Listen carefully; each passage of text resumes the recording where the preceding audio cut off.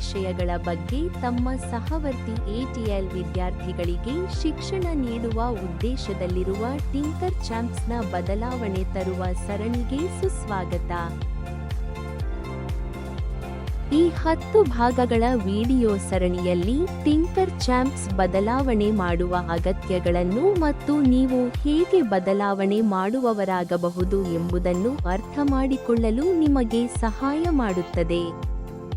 ಪ್ರತಿ ವಿಡಿಯೋ ಸರಿಸುಮಾರು 10 ರಿಂದ 15 ನಿಮಿಷಗಳದ್ದಾಗಿದ್ದು, ನೀವು ಪ್ರಯತ್ನಿಸಬಹುದಾದ ಬದಲಾವಣೆ ಮಾಡುವ ಚಟುವಟಿಕೆಯನ್ನು ಒಳಗೊಂಡಿದೆ. ಹೆಚ್ಚಿನ ಸಡಗರವಿಲ್ಲದೆ ತಮಿಳುನಾಡಿನ 11ನೇ ತರಗತಿ ವಿದ್ಯಾರ್ಥಿ ಮತ್ತು ಸ್ವತಃ ಉದಯೋನ್ಮುಖ ಬದಲಾವಣೆಯ ಹರಿಕಾರ ಟಿಂಕರ್ ಚಾಂಪ್ ಸ್ವಾಸ್ತಿಕ್ ಸ್ವರನ್ ಅವರ ಸಂಚಿಕೆ 1 ರೊಂದಿಗೆ ಪ್ರಾರಂಭಿಸೋಣ.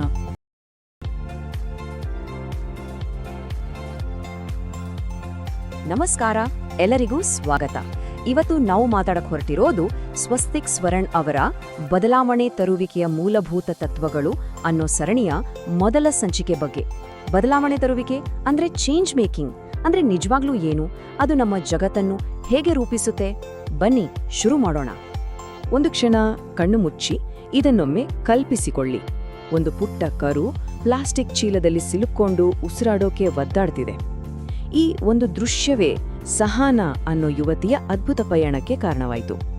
ಇದು ನಮ್ಮ ಇವತ್ತಿನ ಚರ್ಚೆಯ ಆರಂಭದ ಬಿಂದು ಕೂಡ. ಇದು ನಮ್ಮೆಲ್ಲರನ್ನು ಒಂದು ಮುಖ್ಯವಾದ ಪ್ರಶ್ನೆ ಕೇಳೋ ಹಾಗೆ ಮಾಡುತ್ತೆ. ನಮ್ಮ ಸುತ್ತಮುತ್ತ ನಾವು ಪ್ರತಿದಿನ ಸಮಸ್ಯೆಗಳನ್ನ ನೋಡ್ತೀವಿ ಅಲ್ವಾ? ಹಾಗಿದ್ದು ಕೆಲವರು ಮಾತ್ರ ಯಾಕೆ ಆಕ್ಷನ್ ತಗೊಳ್ತಾರೆ, ಬೇರೆಯವರೆಲ್ಲ ಸುಮ್ಮನೆ ನೋಡ್ತಾ ಇರ್ತಾರಾ? ಆ ಒಂದು ನಿರ್ಧಾರವೇ ಒಬ್ಬ ವ್ಯಕ್ತಿಯನ್ನ ಚೇಂಜ್ ಮೇಕರ್ ಆಗಿ ರೂಪಿಸುತ್ತೆ. ಆ ಕಿಡಿ ಎಲ್ಲಿಂದ ಬರುತ್ತೆ? ಸರಿ, ಹಾಗಾದ್ರೆ ಈ ಬದಲಾವಣೆ ತರುವಿಕೆ ಅಥವಾ ಚೇಂಜ್ ಮೇಕಿಂಗ್ ಅಂದ್ರೆ ಏನು? ಬನ್ನಿ ಇದನ್ನ ಸ್ವಲ್ಪ ಡೀಟೇಲ್ಡ್ ಆಗಿ ನೋಡೋಣ. ಇದು ಕೇವಲ ಏನೋ ಒಂದು ಮಾಡೋದಷ್ಟೇ ಅಲ್ಲ, ಅದೊಂದು ಮನಸ್ಥಿತಿ, ಯಾರಾದ್ರೂ ಅಳವಡಿಸಿಕೊಳ್ಳಬಹುದಾದ ಒಂದು ಉದ್ದೇಶಪೂರ್ವಕ ಪ್ರಕ್ರಿಯೆ.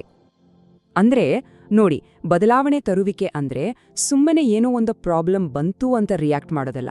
ಅದಕ್ಕೂ ಮುಂಚೆನೆ ಸಕ್ರಿಯವಾಗಿ ಸಮಸ್ಯೆಗಳನ್ನ ಗುರುತಿಸಿ ಅದಕ್ಕೊಂದು ಪರಿಹಾರವನ್ನ ಯೋಚನೆ ಮಾಡಿ ಉದ್ದೇಶಪೂರ್ವಕವಾಗಿ ಆ ಪರಿಹಾರಕ್ಕೆ ಜೀವ ತುಂಬೋದು. ಇದು ಪ್ರೊಆಕ್ಟಿವ್ ಆಗಿರೋದು, ರಿಯಾಕ್ಟಿವ್ ಅಲ್ಲ. ಇಲ್ಲಿ ಒಂದು ತುಂಬಾನೇ ಮುಖ್ಯವಾದ ವ್ಯತ್ಯಾಸ ಇದೆ. ಬದಲಾವಣೆ ಅನ್ನೋದು ತಾನಾಗಿಯೇ ಆಗುತ್ತೆ, ಅದು ಜೀವನದ ಭಾಗ. ಆದ್ರೆ ಬದಲಾವಣೆ ತರುವಿಕೆ ಅನ್ನೋದು ಒಂದು ಪ್ರಜ್ಞಾಪೂರ್ವಕ ಆಯ್ಕೆ. ಉದಾಹರಣೆಗೆ, ಹವಾಮಾನ ಬದಲಾವಣೆ ಆಗ್ತಿದೆ, ಅದು ಬದಲಾವಣೆ. ಆದ್ರೆ ಯಾರು ನವೀಕರಿಸಬಹುದಾದ ಇಂಧನಕ್ಕಾಗಿ ಹೋರಾಡ್ತಾರೋ ಅವರು ಬದಲಾವಣೆ ತರುವವರು. ಅವರು ಉದ್ದೇಶಪೂರ್ವಕವಾಗಿ ಒಂದು ಉತ್ತಮ ಭವಿಷ್ಯವನ್ನ ರೂಪಿಸ್ತಿದ್ದಾರೆ. ಹಾಗಾದ್ರೆ ಒಬ್ಬ ಚೇಂಜ್ ಮೇಕರ್ನ ಪಯಣ ಹೇಗೆ ಸಾಗುತ್ತೆ? ಮೊದಲು ಶುರುವಾಗೋದೇ ಅರಿವಿನಿಂದ. ಇಲ್ಲಿ ಒಂದು ಸಮಸ್ಯೆ ಇದೆ ಅಂತ ಗುರುತಿಸೋದು. ಆಮೇಲೆ ಬರೋದು ಅನುಭೂತಿ, ಇದರಿಂದ ಕಷ್ಟಪಡ್ತಿರೋರ ನೋವು ನಂಗೆ ಅರ್ಥ ಆಗ್ತಿದೆ ಅನ್ನೋದು.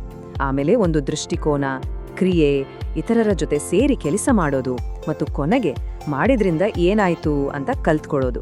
ಸಹನಾ ಸಾಗಿದ್ದು ಇದೇ ಹಾದಿಯಲ್ಲಿ. ಸರಿ, ಏನು ಮಾಡೋದು ಸರಿ, ಆದ್ರೆ ಹೇಗೆ ಮಾಡೋದು? ಸರಿಯಾದ ಕೆಲಸವನ್ನ ಸರಿಯಾದ ರೀತಿಯಲ್ಲಿ ಮಾಡೋದು ಮುಖ್ಯ ಅಲ್ವಾ? ಹಾಗಾದ್ರೆ ಪರಿಣಾಮಕಾರಿಯಾದ ಬದಲಾವಣೆಗೆ ಮಾರ್ಗದರ್ಶನ ನೀಡೋ ತತ್ವಗಳ್ಯಾವು? ಬನ್ನಿ ತಿಳಿಯೋಣ. ಈ ಮಾತು ಎಷ್ಟು ಸತ್ಯ ಅಲ್ವಾ? ಯಾವುದೇ ದೊಡ್ಡ ಬದಲಾವಣೆಯ ಅಡಿಪಾಯವೇ ಅನುಭೂತಿ. ಅಂದ್ರೆ ನಮ್ಮನ್ನು ಬೇರೆಯವರ ಜಾಗದಲ್ಲಿ ಇಟ್ಟು ಅವರ ಪ್ರಪಂಚವನ್ನ ಅವರ ಕಣ್ಣುಗಳಿಂದ ನೋಡೋದು. ಈ ತತ್ವಗಳು ಒಬ್ಬ ಚೇಂಜ್ ಮೇಕರ್ಗೆ ದಿಕ್ಸೂಚಿ ಇದ್ದ ಹಾಗೆ.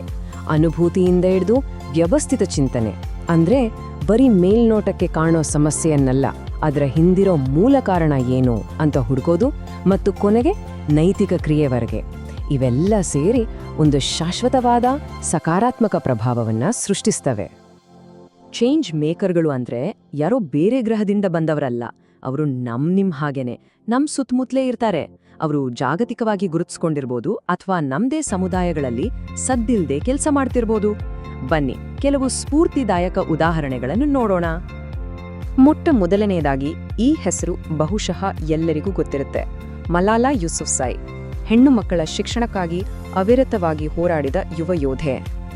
ಹೆಣ್ಣು ಮಕ್ಕಳ ಶಿಕ್ಷಣಕ್ಕಾಗಿ ಮಾತನಾಡಿದ್ದಕ್ಕೆ ಒಂದು ಕ್ರೂರ ದಾಳಿಯನ್ನ ಎದುರಿಸಿದ್ರು ಮಲಾಲಾ ಸುಮ್ಮನೆ ಆಗ್ಲಿಲ್ಲ. ಬದಲಿಗೆ ಅವರ ಧ್ವನಿ ಇನ್ನಷ್ಟು ಜೋರಾಯಿತು. ಇವತ್ತು ಅವರು ಪ್ರಪಂಚದಾದ್ಯಂತ ಲಕ್ಷಾಂತರ ಜನರಿಗೆ ಭರವಸೆಯ ದೀಪ. ಒಂದೇ ಒಂದು ಧ್ವನಿ ಇಡೀ ಜಗತ್ತನ್ನೇ ಬದಲಾಯಿಸಬಹುದು ಅಂತ ಸಾಬೀತುಪಡಿಸಿದ್ದಾರೆ. ಈಗ ಇನ್ನೊಬ್ಬ ಚೇಂಜ್ ಮೇಕರ್ ಅನ್ನು ಭೇಟಿಯಾಗೋಣ. ಇವರು ತಂತ್ರಜ್ಞಾನ ಬಳಸಿ ಒಂದು ದೊಡ್ಡ ಪರಿಸರ ಸಮಸ್ಯೆಯನ್ನ ಎದುರಿಸ್ತಿದ್ದಾರೆ. ಅವರೇ ಬೋಯನ್ ಸ್ಲ್ಯಾಟ್. ಇವರು ಮಾಡಿದ್ದೇನು? ನಮ್ಮ ಸಾಗರಗಳಲ್ಲಿರೋ ಅಪಾರ ಪ್ರಮಾಣದ ಪ್ಲಾಸ್ಟಿಕ್ ನೋಡಿ ಬೋಯನ್ಗೆ ಬೇಸರವಾಯಿತು. ಆದರೆ ಅವರು ಸುಮ್ಮನೆ ಕೂರ್ಲಿಲ್ಲ. ಹದಿಹರಿಯದಲ್ಲೇ ಅವರು ದಿ ಓಷನ್ ಕ್ಲೀನಪ್ ಅನ್ನೋ ಸಂಸ್ಥೆಯನ್ನ ಸ್ಥಾಪಿಸಿದ್ರು. ಇದು ನಮ್ಮ ಸಾಗರಗಳಿಂದ ಪ್ಲಾಸ್ಟಿಕ್ ತ್ಯಾಜ್ಯವನ್ನ ತೆಗೆದುಹಾಕಲು ಅತ್ಯಾಧುನಿಕ ತಂತ್ರಜ್ಞಾನ ಬಳಸೋ ಒಂದು ಅದ್ಭುತ ಯೋಜನೆ. ಆದ್ರೆ ಒಂದ್ ವಿಷಯ ನೆನ್ಪಿಡಿ, ಜಗತ್ತನ್ನು ಬದಲಾಯಿಸೋಕೆ ಪ್ರಸಿದ್ಧರಾಗ್ಬೇಕಂತ ಏನಿಲ್ಲ. ಚೇಂಜ್ ಮೇಕರ್ ಅಂದ್ರೆ ಎಲ್ಲರಿಗೂ ಒಂದು ಸುರಕ್ಷಿತ ಜಾಗವನ್ನ ಸೃಷ್ಟಿಸೋ ಲೈಬ್ರೇರಿಯನ್ ಇರಬಹುದು, ತಮ್ಮ ರೋಗಿಗಳಿಗಾಗಿ ಹೆಚ್ಚಿನ ಕಾಳಜಿ ವಹಿಸೋ ನರ್ಸ್ ಇರಬಹುದು, ಕಷ್ಟದಲ್ಲಿರೋ ಸ್ನೇಹಿತನಿಗೆ ಬೆಂಬಲವಾಗಿ ನಿಲ್ಲೋ ವಿದ್ಯಾರ್ಥಿ ಕೂಡ ಇರಬಹುದು. ಅವರು ನಮ್ಮ ಸುತ್ತಮುತ್ತ ಎಲ್ಲೆಡೆ ಇದ್ದಾರೆ.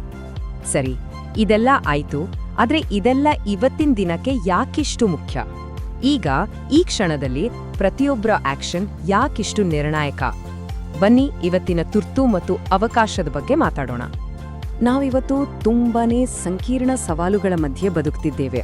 ಹವಾಮಾನ ಬಿಕ್ಕಟ್ಟಿನಿಂದ ಹಿಡಿದು ಸಾಮಾಜಿಕ ಅಸಮಾನತೆವರೆಗೆ ಇವನ್ನೆಲ್ಲ ನೋಡಿದೆ ಸ್ವಲ್ಪ ಭಯ ಆಗಬಹುದು. ಆದ್ರೆ ಇದನ್ನ ಇನ್ನೊಂದು ರೀತಿ ನೋಡೋಣ. ಪ್ರತಿಯೊಂದು ಸವಾಲು ಕೂಡ ಬದಲಾವಣೆ ತರಲು ಒಂದು ಅವಕಾಶ. ಮತ್ತು ಈ ಚಳುವಳಿಯ ಮುಂದಾಳತ್ವ ವಹಿಸಿರೋದೇ ಯುವಜನರು. ಇವತ್ತಿನ ಯುವಕರು ಬರೀ ನಾಳಿನ ನಾಯಕರಲ್ಲ, ಅವರು ಇವತ್ತಿನ ನಾಯಕರು.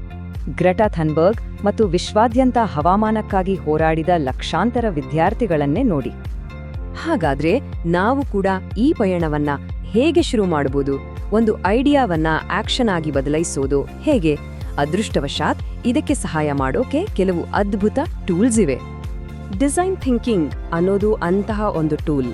ಇದು ಸಮಸ್ಯೆ ಬಗೆಹರಿಸೋಕೆ ಇರೋ ಮಾನವ ಕೇಂದ್ರಿತ ವಿಧಾನ. ಮೊದಲು ಅನುಭೂತಿ, ಅಂದ್ರೆ ಜನರ ಅಗತ್ಯಗಳನ್ನ ನಿಜವಾಗ್ಲೂ ಅರ್ಥ ಮಾಡ್ಕೊಳ್ಳೋದು. ಆಮೇಲೆ ಸಮಸ್ಯೆಯನ್ನ ಸ್ಪಷ್ಟವಾಗಿ ವ್ಯಾಖ್ಯಾನಿಸೋದು. ನಂತರ ಮಜಾದ ಭಾಗ, ಪರಿಹಾರಗಳ ಬಗ್ಗೆ ತಲೆ ಕೆಡಿಸ್ಕೊಳ್ಳೋದು. ಆಮೇಲೆ ಒಂದು ಸಣ್ಣ ಮಾದರಿ ಮಾಡಿ ಅದನ್ನ ಟೆಸ್ಟ್ ಮಾಡಿ ಯಾವುದು ವರ್ಕ್ ಆಗತ್ತೆ ಅಂತ ಕಲಿಯೋದು. ಇದು ಯಾವುದೇ ಸವಾಲನ್ನ ಎದುರಿಸೋಕೆ ಒಂದು ಅದ್ಭುತ ಮಾರ್ಗ. ಇದು ನಮ್ಮನ್ನ ನಮ್ಮ ಕಥೆಯ ಕ್ಲೈಮ್ಯಾಕ್ಸ್ಗೆ ವಾಪಸ್ ಕರ್ಕೊಂಡು ಬರುತ್ತೆ. ಒಬ್ಬ ಪತ್ರಕರ್ತ ಸಹಾನಾಳನ್ನ ನೀನು ದೊಡ್ಡವಳಾದ ಮೇಲೆ ನಾಯಕಿಯಾಗಲು ಬಯಸುತ್ತೀಯಾ ಅಂತ ಕೇಳಿದಾಗ ಅವಳು ಕೊಟ್ಟ ಉತ್ತರ ಸರಳ ಆದ್ರೆ ತುಂಬಾನೇ ಶಕ್ತಿಯುತವಾಗಿತ್ತು. ನಾನು ಈಗಾಗಲೇ ಆಗಿದ್ದೇನೆ.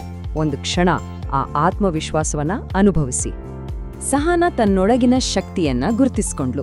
ಈಗ ನಮ್ಮ ಸುತ್ತಲಿರೋ ಶಕ್ತಿಯನ್ನ ನಾವು ನೋಡೋ ಸಮಯ. ಇಲ್ಲಿದೆ ಎಲ್ರಿಗಾಗಿಯೂ ಒಂದು ಚಿಕ್ಕ ಆಕ್ಟಿವಿಟಿ. ನಿಮ್ಗೆ ಸ್ಫೂರ್ತಿ ನೀಡೋ ಒಬ್ಬ ಚೇಂಜ್ ಮೇಕರ್ ಬಗ್ಗೆ ಯೋಚನೆ ಮಾಡಿ. ಅವ್ರು ಯಾವ ಸಮಸ್ಯೆಯನ್ನ ಬಗೆಹರಿಸಿದ್ರು, ಅವ್ರು ಯಾವ ಕ್ರಮಗಳನ್ನ ಕೈಗೊಂಡ್ರು ಮತ್ತು ಅದರ ಪರಿಣಾಮ ಏನಾಯ್ತು? ಇದರ ಬಗ್ಗೆ ಯೋಚನೆ ಮಾಡಕ್ಕೆ ಸ್ವಲ್ಪ ಸಮಯ ತೆಗೆದುಕೊಳ್ಳಿ. ನಮ್ಮದೇ ಆದ ಪಯಣ ಶುರು ಮಾಡಕ್ಕೆ ಇದೊಂದು ಒಳ್ಳೆ ದಾರಿ. ಕೊನೆಯಲ್ಲಿ ಎಲ್ಲವೂ ಈ ಒಂದು ಪ್ರಶ್ನೆಗೆ ಬಂದು ನಿಲ್ಲುತ್ತೆ. ಸಹಾನಾ ತನ್ನ ಕಥೆಯನ್ನ ಬರೆದ್ಲೋ, ಮಲಾಲಾ ತನ್ನ ಕಥೆಯನ್ನ ಬರೆದ್ಲೋ, ಬೋಯನ್ ತನ್ನ ಕಥೆಯನ್ನ ಬರೆದನು. ಈಗ ನಮ್ಮ ಸರದಿ. ನಾವು ಜಗತ್ತನ್ನ ಒಂದು ಉತ್ತಮ ಸ್ಥಳವನ್ನಾಗಿ ಮಾಡೋಕೆ ಯಾವ ಕಥೆಯನ್ನ ಬರಿತೇವೆ? ನೆನಪಿಡಿ, ಶುರು ಮಾಡೋಕೆ ಎಲ್ಲಾ ಉತ್ತರಗಳೂ ಬೇಕಾಗಿಲ್ಲ. ಕಾರ್ಯಪ್ರವೃತ್ತರಾಗಬೇಕು ಅನ್ನೋ ಒಂದು ನಿರ್ಧಾರ ಸಾಕು. ಕೇಳಿದ್ದಕ್ಕೆ ಧನ್ಯವಾದಗಳು.